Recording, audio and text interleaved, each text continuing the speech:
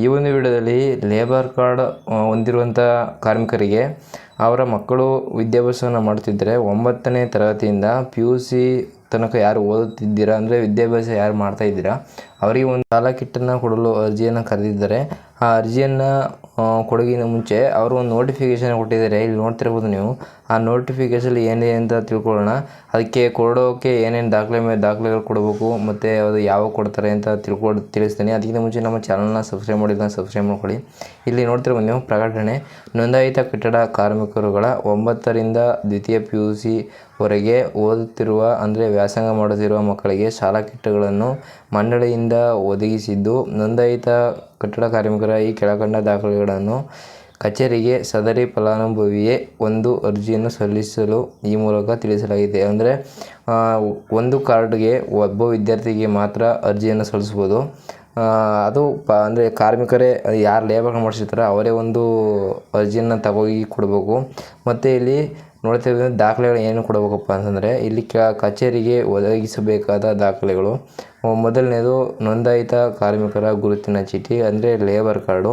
ಮತ್ತು ಎರಡನೇದು ಕಾರ್ಮಿಕರ ಮತ್ತು ಮಗುವಿನ ಆಧಾರ್ ಪತ್ರಿ ಅಂದರೆ ಲೇಬರ್ ಕಾರ್ಡ್ ಯಾರು ಮಾಡಿಸಿರ್ತಾರೆ ಅವರ ಒಂದು ಆಧಾರ್ ಕಾರ್ಡ್ ಜೆರಾಕ್ಸು ಮತ್ತು ಮಗುವಿನ ಒಂದು ಆಧಾರ್ ಕಾರ್ಡ್ ಜೆರಾಕ್ಸು. ಮತ್ತು ಮೂರನೇದು ರೇಷನ್ ಕಾರ್ಡ್ ಜೆರಾಕ್ಸ್ ಪ್ರತಿ ಹೊಸದು ಅಂದರೆ ನೀವು ಹೊಸ ರೇಷನ್ ಕಾರ್ಡ್ ಯಾರು ಮಾಡಿಸಿದ್ದೀರಾ ಅಂದರೆ ಹೊಸ 220100 ಅಂತ ಸ್ಟಾರ್ಟ್ ಆಗುತ್ತೆ. ಆ ಒಂದು ರೇಷನ್ ಕಾರ್ಡ್ ಜೆರಾಕ್ಸನ್ನು ನೀವು ಕೊಡಬೇಕಾಗುತ್ತೆ. ಮತ್ತು ನಾಲ್ಕನೇದು 2022-23 ಸಾಲಿನಲ್ಲಿ ವಿದ್ಯಾರ್ಥಿ 9ರಿಂದ ದ್ವಿತೀಯ PUC ವರೆಗೆ ತರಗತಿಯಲ್ಲಿ ವ್ಯಾಸಂಗ ಮಾಡುತ್ತಿರುವ ಬಗ್ಗೆ ಮೂಲ ವ್ಯಾಸಂಗ ಪ್ರಮಾಣಪತ್ರ ಅಂದರೆ ನಿಮ್ಮ ಒಂದು ಸ್ಟಡಿ ಸರ್ಟಿಫಿಕೇಟ್ನ ಬರೆಸಬೇಕಾಗುತ್ತೆ. ನಿಮ್ಮ ಶಾಲೆಯಲ್ಲಿ ಸ್ಟಡಿ ಸರ್ಟಿಫಿಕೇಟ್ ಅಂದರೆ ಎಲ್ಲಿ ಸಿಗುತ್ತೆ ಅಂದರೆ ನಿಮ್ಮ ಒಂದು ಬುಕ್ ಸ್ಟೋರಲ್ಲಿ ಸಿಗುತ್ತೆ, ವ್ಯಾಸಂಗ ಪ್ರಮಾಣಪತ್ರ ಅಂತ. ಅದನ್ನು ಒಂದು ಫಿಲ್ ಮಾಡಿಸಿ. ಮತ್ತು 5ನೇದು ವಿದ್ಯಾರ್ಥಿ ಓದುತ್ತಿರುವ ಹಿಂದಿನ ವರ್ಷದ ಅಂಕಪಟ್ಟಿ ಅಂದರೆ ನೀವೀಗ 7ನೇ ಕ್ಲಾಸ್ ಓದ್ತಿದ್ರೆ 6ನೇ ಕ್ಲಾಸ್ ಮಾರ್ಕ್ಸ್ ಕಾರ್ಡ್ ಕೊಡಬೇಕಾಗುತ್ತೆ. ಈಗ ನೀವು 10th ಓದ್ತಿದ್ರೆ 9th ಮಾರ್ಕ್ಸ್ ಕಾರ್ಡ್ ಕೊಡಬೇಕು. PUC ಓದ್ತಿದ್ರೆ SLC ಮಾರ್ಕ್ಸ್ ಕಾರ್ಡ್ ಕೊಡಬೇಕು. ಸೆಕೆಂಡ್ PUC ಓದ್ತಿದ್ರೆ ಫಸ್ಟ್ PUC ಮಾರ್ಕ್ಸ್ ಕಾರ್ಡ್ ಜೆರಾಕ್ಸನ್ನು ಕೊಡಬೇಕು. ಇಲ್ಲಿ ಫಲಾನುಭವಿ ಒಂದು ಮಗುವಿಗೆ ಮಾತ್ರ ಅರ್ಜಿ ಸಲ್ಲಿಸಬೇಕು ಅಂತ ಹೇಳಿದ್ದಾರೆ.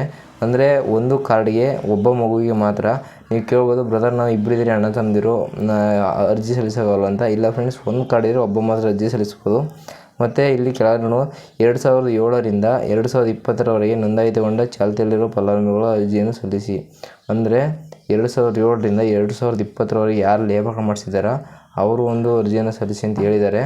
ನೀವು 2021-22 ಆಗಿರೋ ಪರವಾಗಿಲ್ಲ, ತಗೊಳ್ತಾರೆ. ನಿಮ್ಮ ಒಂದು ಹತ್ತಿರದ ಲೇಬರ್ ಆಫೀಸರ್ ಇನ್ಸ್ಪೆಕ್ಟ್ರು ಹೇಗಿರ್ತಾರೆ ಅದ್ರ ಮೇಲೆ. ನಮ್ಮ ಒಂದು ಈ ಮೈಸೂರು ಜಿಲ್ಲೆಯಲ್ಲಿ ಯಾವ ರೀತಿ ತಗೊಳ್ತಿದ್ದಾರೆ.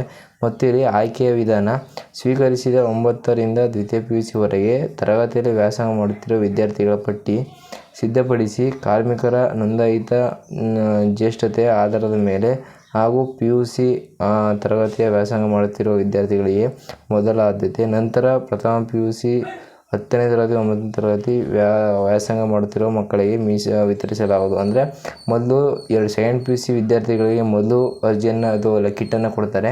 ಆಮೇಲೆ ನಂತರ ಉಳಿದಂಥ ಕಿಟ್ಗಳನ್ನು ಫಸ್ಟ್ PUC 10ನೇ ತರಗತಿ 9ನೇ ತರಗತಿ ಕೊಡ್ತಾರೆ. ಯಾಕಂದರೆ 9 ಹೊತ್ತಿಗೆ ಆಲ್ರೆಡಿ ಟ್ಯಾಬನ್ನು ಕೊಟ್ಟಿದ್ದಾರೆ. ಇನ್ನು ಕೆಳಗಡೆ ಈಗಾಗಲೇ 1ನೇ ತರಗತಿಯಿಂದ 8ನೇ ತರಗತಿಯವರೆಗೆ ಶಾಲಾ ಕಿಟ್ ಪಡೆದಿರುವ ಫಲಾನುಭವಿಗಳು ಅರ್ಜಿಯನ್ನು ಸಲ್ಲಿಸುವಂತಿಲ್ಲ. ಅಂದರೆ ನಿಮ್ಮ ಒಂದು ಯಾರು ಮೊದಲೇ ಲೇಬರ್ ಕಾರ್ಡ್ ಕಿಟ್ಟನ್ನು ಈಸ್ಕೊಂಡಿದ್ದೀರಾ ಅವರು ಮತ್ತೆ ಅರ್ಜಿಯನ್ನು ಸಲ್ಲಿಸಬಾರ್ದು.